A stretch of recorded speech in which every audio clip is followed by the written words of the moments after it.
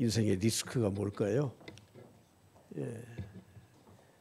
참 리스크 없이 세상을 살아가야 되는데 살다 보면 육신의 질병도 오고 또 사업의 어려움도 있고 또 자녀들도 뜻대로 안 되고 자기의 희망과 포부와 비전도 다 상실해버리고 사는 경우가 있습니다. 그걸 모두 통틀어서 아마 리스크라고 불러야 되지 않을까요? 저도 아들만 둘인데 지나가는 말로 그러잖아요. 얘들 장가 가면 장모 아들 된다고. 하나는 해외 동포고요. 하나는 장모 아들 돼서 아무도 없어요. 우리 집사람 오늘 또 아들 보러 간다고 미국 가버려서 나 홀로 집을 지켜야 되고. 근데 여러분 그걸 생각해 보셨습니까? 신앙에는 리스크가 없어요. 신앙에 리스크가 없는 줄 믿습니다. 꼭 믿습니다만 해야 하면 하십니까? 우리가 그렇게 믿고 주의 일 열심히 하고 하나님 믿고 그런데 나중에 천국이 없으면 뻥이요. 그럼 그게 신앙의 리스크잖아요. 그렇죠? 하나님이 분명히 우리에게 말씀하셨는데 그래서 우리는 그 말씀대로 신실하고 정직하게 살았는데 그 뒤에 오는 열매와 결과가 전혀 없다면 그건 하나님이 우리를 속이신 거고 우리 입장에서 보면 신앙의 리스크, 믿음의 리스크가 되는 겁니다. 젊었을 때는 좀 힘들어도 이길 수 있잖아요. 그래서 뭐 젊었을 때는 고생도 해야 돼. 그랬더니 최근에 우리 젊으신 분들이 그냥 막 대들더라고. 우리보다 고생해라 그러냐고. 왜 젊었을 때는 좀 고생도 해도 됩니까? 그게 인생에 축적된 자산이 되고 좀 어려워도 회복할 수 있는 길이 있고 그런데 중년 이후에 노년에 인생의 리스크가 발생하게 되면 그걸 회복할 수 있는 기회와 기력을 거의 상실해 버립니다. 세상 사람들이 말하는 인생에 5대 리스크가 있다고 해서 제가 찾아봤더니 첫째는 장수 리스크래요. 장수 리스크. 오래 사는 게 인생의 리스크예요. 좀 인생을 빨리 마감해 버리면 나이가 들어서 오는 어려움을 겪지 않았을 텐데 저도 좀 공감은 하긴 합니다. 그러나 성경은 우리에게 장수는 하나님이 주신 축복이라고 했기 때문에 우리는 그 말 믿지 말고 될 수 있는 대로 오래 할렐루야 오래 삽시다. 오래 삽시다.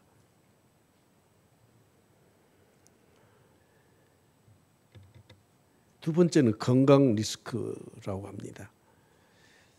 지난번 통계에 이런 게 나왔더라고요. 우리나라 65세 인구, 65세 이상의 어르신들의 생활비의 40%가 병원비래요. 그러니까 오로지 뭐 보험에서 다 해줘도 내 생활비 100만 원 쓴다 그러면은 40만 원은 병원에 갖다 바쳐요. 건강하게 오래 살아야죠. 세 번째는 자녀 리스크라고 합니다. 우리 자녀들은 평생 애프터 서비스를 해야 되지 않습니까? 예? 우리 권사님 이제 60대 가지고 손주 낳았는데 좋다 그러는데 내가 속으로 너 고생 좀 해봐라. 꼭 어디 갈 때마다 갖다 맡기고 뭐 안 봐주면 또 그렇고 봐줘도 뭐 좀 시큰둥하고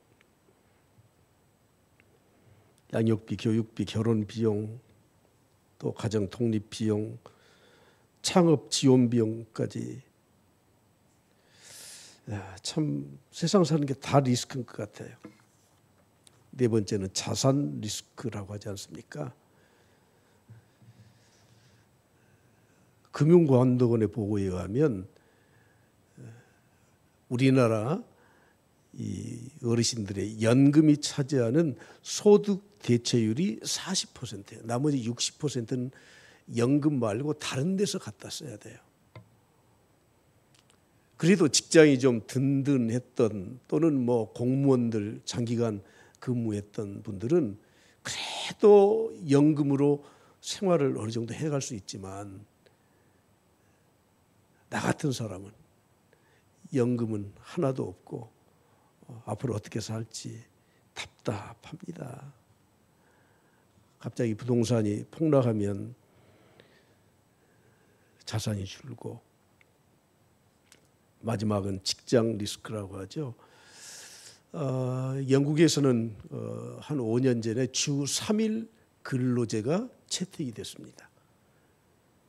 주 3일만 일해도 된대요. 근데 4일을 노는 게 더 힘들어요. 더 힘들어. 그리고 3일을 일시키고 월급을 옛날 주던 대로 주겠어요? 여러분들이 사장 같으면 주겠어요? 그래 어쩔 수 없이 두 가지 직업을 가져야 돼 이제. 그러니까 뭐 주일 5일 근무제 우린 지금 그건 하고 있고 앞으로 4일 근무제 너무 좋아하면 안 돼요. 직장 리스크예요. 몇 번씩 직장으로 옮겨야 돼. 그 직업을 바꿔야 될 때도 있어요. 우리가 사는 모든 게 인생의 리스크입니다. 그러나 우리의 믿음은 리스크가 없습니다. 여러분들이 마지막 인생의 종착역까지 꾸준히 믿음 지키고 살아갈 수 있기를 간절히 축복합니다. 오늘 여러분들이 잠언 15장을 보았는데 제가 이미 말씀드린 인생에 많은 리스크들이 있지만 오늘 본문에서는 우리의 말의 리스크가 가장 크다고 말씀을 하고 있습니다. 1절 말씀 한번 다 같이 다시 한번 보시겠습니다. 1절 봅니다. 시작. 유순한 대답은 분노를 쉬게 하여도 과격한 말은 노를 격동하느니라. 유순한 대답은 분노를 쉬게 만들어요. 유순하다는 말이 무슨 뜻입니까? 부드럽다 그 말이에요. 옛날 속담에 그런 말이 있잖아요. 웃는 얼굴에 침 못 뱉는다. 근데 요즘은 그런 속담은 없고요. 웃는 얼굴에도 침 뱉는다. 요즘 그런 말 안 듣고 사세요? 젊은 세대에서는 유행하는 말이에요. 내 마음에 안 들면 웃든지 말든지 지가 뭐라고 하든지 말든지 웃는 얼굴에도 침 뱉는 세상이 지금 세상에 우리가 살고 있습니다. 그런데 여러분 함부로 우리들이 과격한 말을 하고 내 감정대로 이야기를 해서 나에게 돌아오는 것은 도대체 뭐가 있겠습니까? 4절에 내려가면 이렇게 말씀합니다. 4절도 한번 다 같이 보겠습니다. 시작. 온순한 이는 곧 생명나무이지만 패역한 이는 마음을 상하게 하느니라. 온순한 이는 곧 생명나무라고 말씀하고 있습니다. 도대체 생명나무가 뭘까요? 하나님이 동산 중앙에 2개의 나무를 심었지 않습니까? 하나는 생명나무, 하나는 선악을 알게 하는 나무. 여러분 에덴 동산에만 생명나무가 있는 게 아닙니다.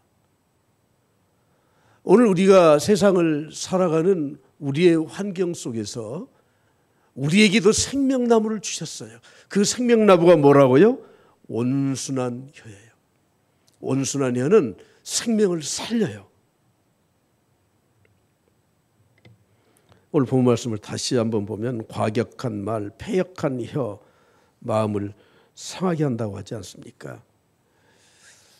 우리는 사람과의 관계에서 항상 이 만남과 대화와 그리고 주고받는 이 커뮤니케이션, 공동체로서 살아갑니다.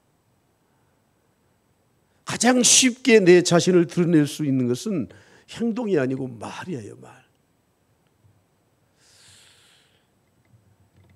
참 우리나라 교육이 초중고 12년 동안을 국어 교육을 시키는데 정말 제대로 된 올바른 국어 교육을 시켜야 될 거 아니에요.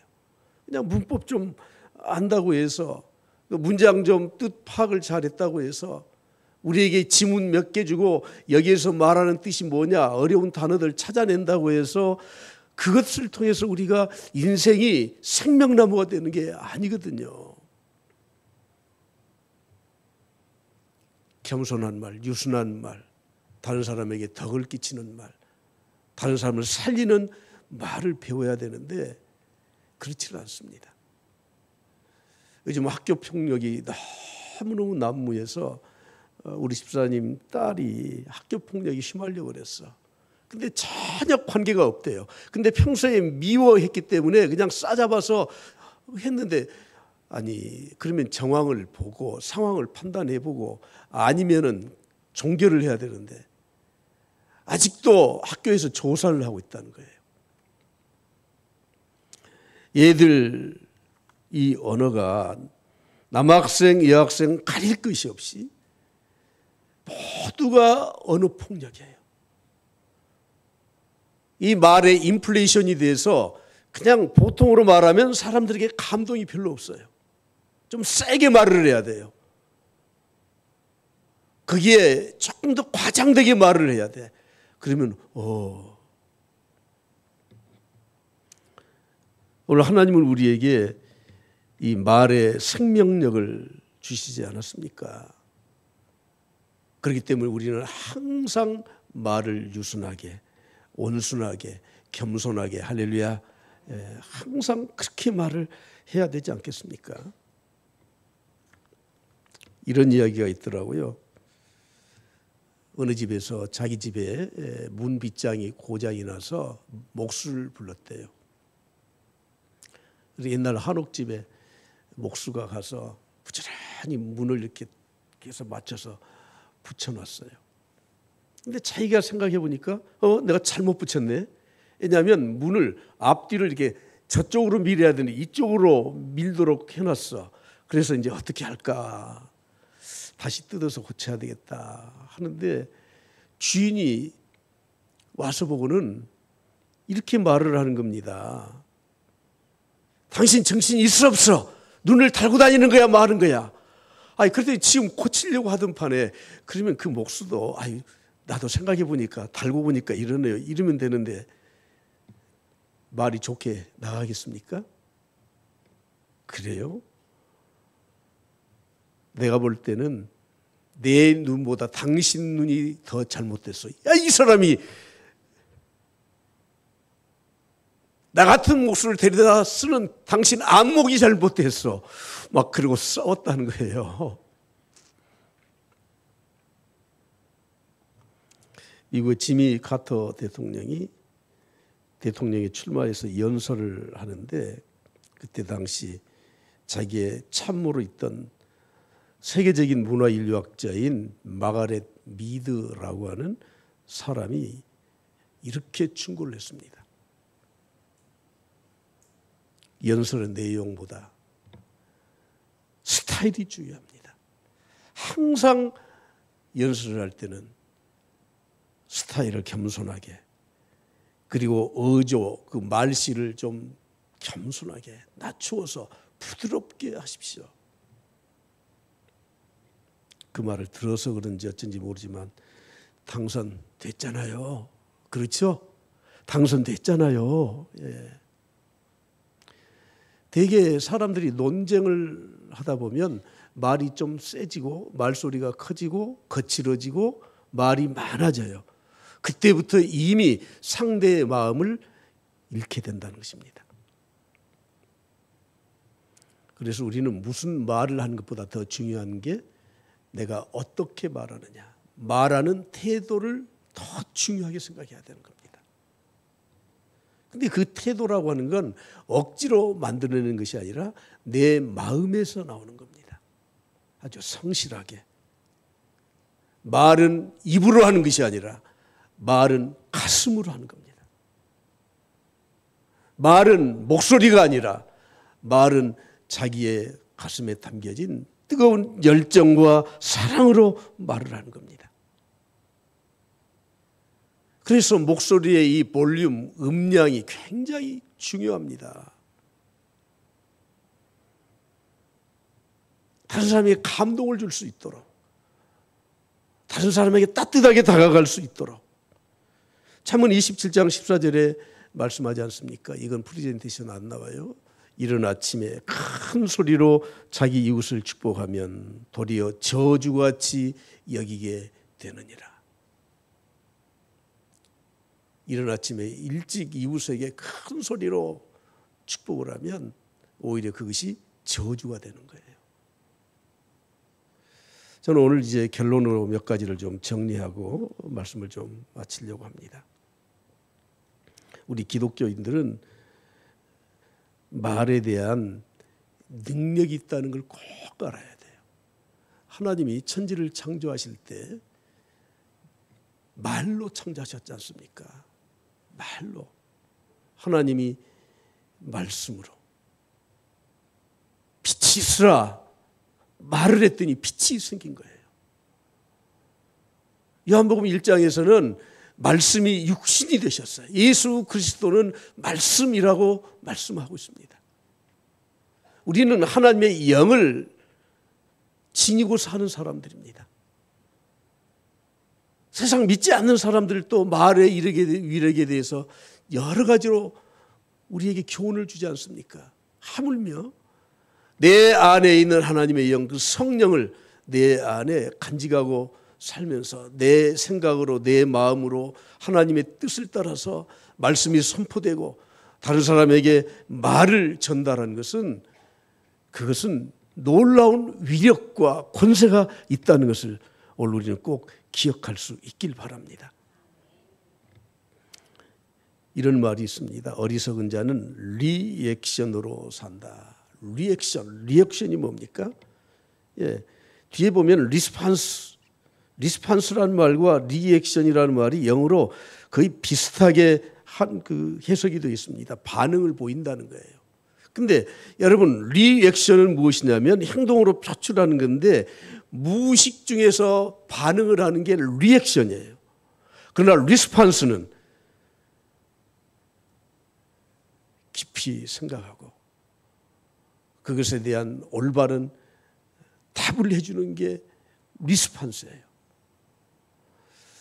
요즘은 하도 이 문자나 이런 것들이 너무 무차별하게 많이 오기 때문에 웬만하면 답도 잘 안 보내잖아요. 잘 보내세요? 그런가 보다. 그래서 무슨 행사한다고 권사님 이렇게 문자 다 보내면은 누가 보내요? 연합여전대회는 안 보내요? 읽었는지 말았는지도 모르고. 세상 말로는 그걸 문자를 뭐 한다 그러죠? 아니 나는 씹는다만 하지 마세요. 먹는다, 잡순다. 아예 반응이 없어요. 아예 반응이. 성도들도 그러더라고. 비슷한 문자 이렇게 단체 또 이렇게 보내면 우리 교회도 약 10분의 1 정도의 답장이 오지 나머지 90%는 거의 안 와. 어려워서 안 보낼 거예요. 목사님한테 문자 잘못 들어가면 어쩔까. 그러고 주경희 권사님 그렇죠? 봅시다. 대답이 없어. 대답이. 제일 한국 사람이 대화하는 중에 못 참는 게 뭔 줄 아세요? 들은 척도 안 하는 거예요. 심리학자가 그러더라고. 우리 한국 사람들은 이 외국 사람들은 내가 말을 해서 들은 척 하지 않아도 그냥 뭐 그 사람이 그런가 보다 지나가는데 한국 사람은 그걸 못 참는데 그냥 들은 척 안 하면 그냥 이 사람이 나를 무시했다고. 리스판스가 뭡니까? 반응을 보여주는 겁니다. 설교할 때 아멘을 해주는 겁니다. 할렐루야. 이봐 이렇게 잘하시네. 상대방에서 이야기를 하면은 고개를 까딱거려 주는 겁니다. 당신 말이 맞다고 대답을 해주는 거예요. 리액션. 무의식적으로 감정적으로 막 표출을 해내는 거.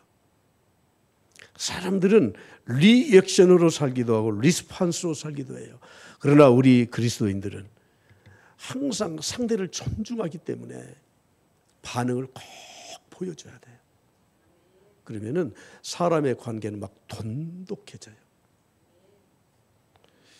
저는 길에 대해서 항상 생각을 많이 하고 삽니다.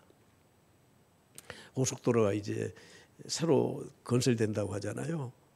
그러면 저는 꼭 가봐요. 88 고속도로가 대구까지 개통되었을 때 제가 토요일 날 우리 애들 둘 태우고 우리 식구 모두, 그때는 차도 없었는데요. 동생한테 나 차 좀 빌려주라. 그래가지고 로얄 살롱 끌고 대구를 갔다 왔어. 진짜 대구까지 차를 끌고 간다니 얼마나 좋더라고요. 담양고창 고속도로가 딱 개통됐다고 뉴스에 나오길래 바로 내가 내 차를 끌고 가서 그 긴 터널, 이야 진짜 길더만, 가봤어요. 근데 여러분, 말에도 길이 있고요, 생각에도 길이 있어요. 생각의 길을 잘 내야 돼요. 평소에 항상 좋은 생각하는 사람은 좋은 생각에 길을 낸 사람이기 때문에 상대가 어떤 나에게 행동을 해도 좋은 쪽으로 생각을 자꾸 하려고 해요. 그런데 부정적인 생각을 길을 낸 사람들은 모든 사물이 부정적이에요. 말도 마찬가지예요. 말에도 말길이 있는 겁니다. 그래서 평소에 내가 말에 대한 훈련을 하고 그 말의 습관을 통해서 말의 길을 터놓게 되면 우리는 내 반응이 항상 좋은 말로, 상대에게 유익이 되는 말로 길이 트여졌으니 우리 그리스도인들은 하나님이 우리에게 주시는 이 말씀의 능력을 가지고 사는 사람들이기 때문에 우리의 말의 리스크를 100% 줄이고 하나님이 나를 통해서 하시고자 하는 말을 올바르게 전달하면 되는 겁니다. 저보다 설교를 해라고 해서 제가 김천 목사님한테 해라 그러고 오늘 실은 지금 회의가 있거든요. 중요한 회의가 있어서 안 하려다가 올해가 이제 마지막일지도 모른다. 그리고 내가 해서 끝나고 저는 밥도 못 먹고 가야 돼요. 부지런히 또. 어떤 말씀을 전할까? 권사님, 제가 기도하고 우리 여전도 회원들에게 그래 인생의 리스크 말, 내 아내도 그렇고 참 말을 뻔데 없이 하는 사람들, 그 사람 말고요. 많거든. 말 때문에 막 싸움 나고 말 때문에 진짜 교회가 어지러워지고 말 때문에 가정이 막 깨지고 내가 말을 진짜 못하는 사람이에요. 그래서 이 말씀을 제가 택했습니다. 다시 말씀드리지만 말에는 창조적 능력과 권세가 있는 줄 믿습니다. 주님이 우리에게 이렇게 당부하셨죠. 마태복음 10장 12절부터 볼까요? 다 같이 한 목소리로 시작. 또 집에 들어가면서 평안하기를 빌라. 그 집이 이에 합당하면 너희 빈 평안이 거기 임할 것이요 만일 합당하지 아니하면 그 평안이 너희에게 돌아올 것이니라. 아멘. 우리가 할 수 있는 말은 딱 한 가지밖에 없어요. 축복과 평안의 말. 그 이외에는 하나님이 우리에게 허락하지 않으셨습니다. 왜냐하면 우리 그리스도인들은 세상 사람들은 뭐 어쩐지 모르겠지만 우리는 하나님의 영으로 사는 사람들, 성령의 사람들, 하나님의 말씀으로 사는 사람들, 우리를 통해서 축복의 통로로 삼으시겠다고 하나님이 약속하시지 않았습니까? 그래서 우리의 말의 이력은 엄청난 겁니다. 특히 말은 말하는 사람의 실력과 인격이 담겨져 있는 겁니다. 마지막으로 이 사람의 말만 좀 제가 소개하고 기도하려고 합니다. 사람들의 내가 뱉어놓은 말은 내가 책임져야 되거든요. 로엘이라고 하는 분이 사람과 세상을 바꾸는 위대한 말 6가지를 우리에게 소개했는데 우리 정서하고 조금 뭐 틀릴 수도 있지만 저는 공감하기 때문에 소개해서 말씀드립니다. 맨 마지막 6번째부터 올라갈게요. 6번째. 내가 잘못했습니다 하는 말. 이것이 세상을 바꾸는 6마디의 6번째예요. 혹시 여러분들이 내가 별로 잘못한 게 없어. 근데 상대에서 자꾸 시비를 걸어. 그래도 아유, 내가 죄송합니다. 내가 잘못했습니다. 그렇게 말을 하실 수 있나요? 진짜 자존심 겁나게 센 사람들만 모였어요. 웬만하면 안 하잖아요. 잘못했단 말이에요. 특히 여러분들 남편하고 어떤 의견 다툼이 있을 때 아유, 내가 잘못했어. 이렇게 말을 해요. 기어이 잘했다고 계속 토달아요. 남자들이 우리 아버지 때부터 제가 보니까 저는 할아버지는 잘 모르겠고 우리 아버지가 맨날 우리 어머니한테 하는 말이 그 말이에요. 그만하소. 우리 어머니 말이 내가 생각해도 맞아. 근데 우리 아버지는 자기라고 죄송해요. 우리 아버지가 잘못했다는 걸 알면서도 잘못했단 말 죄송해요. 그 한마디면 끝날 것 같은데 계속 어머니가 뭐라고 하니까 토달지 마라 그러고 그만해라 그러고 그러시더라고. 오늘 설교를 들었으면 집에 가서 지키셔야 돼. 내가 죄송합니다. 내가 생각이 짧았습니다. 빨리빨리 마칠게요, 권사님. 5번째, 당신이 잘했습니다. 당신이 잘했습니다. 할렐루야. 예, 권사님이 잘했습니다. 저 권사님 덕이지요. 4번째, 당신의 의견은 무엇입니까? 우리는 항상 내 의견을 먼저 말하거든요. 그렇죠? 내 생각은 그런데요. 그건 지 생각이지. 다른 사람의 의견을 묻지를 않아요. 저처럼 이 목사라는 직업을 가지고 있는 이 직업군들은요, 웬만하면 성도들의 말을 잘 안 들으려고 그래요. 여러분 그 참고하시고 우리 교인들은 참고하셔야 돼. 왜냐하면 내가 깊이 더 많이 생각했고 내가 더 많이 아는 것 같고 내가 더 올바른 것 같으니까. 당신의 의견은 무엇입니까? 3번째, 가능하면 이라는 말씀은 강요하지 말라는 거예요. 그래, 시간이 있으면 if please, 가능하면 시간을 내주시면 그때 와. 딱 잘라서 말하지 말고 당신 형편 그러면 항상 배려해 주는 거 아니에요. 2번째는 뭐겠어요? Thank you, 감사합니다. 감사합니다. 영어로는 Thank you, 프랑스는 멜크 발음이 참 안 되더라고. 독일어는 땅케, 중국어로는 쉐쉐, 일본어로는 아리가또, 아리가또 고자이마스, 아리가또, 러시아로는 스파시보. 내가 일부러 다 찾아봤어요. 왜냐하면 거기 가면 이 말은 꼭 해야 내가 밥 얻어 먹고 살겠더라고. 여러분 항상 감사합니다. 근데 입에 바른 감사는 다른 사람에게 기분을 상하게 해요. 마음으로 해야 돼요. 마음으로. 말은 소리내서 한다고요? 마음으로 한다고요? 마음으로 하는 겁니다. 6마디 1번. 6마디 1번. 뭐라고요? 우리 한국 사람들은 내 남편도 우리 남편이에요.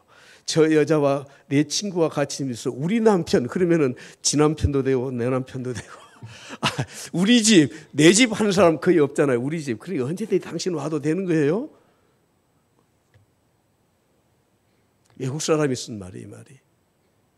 참 우리 한국 사람들은 이 우리라고 하는 결속력을 가지고 사는 사람들이에요.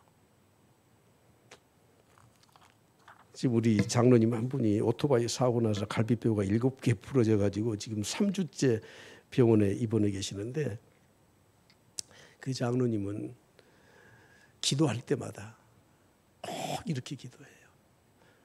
오늘도 우리 목사님을, 나는 그냥 아멘을 막 해버려. 그냥 우리 목사님을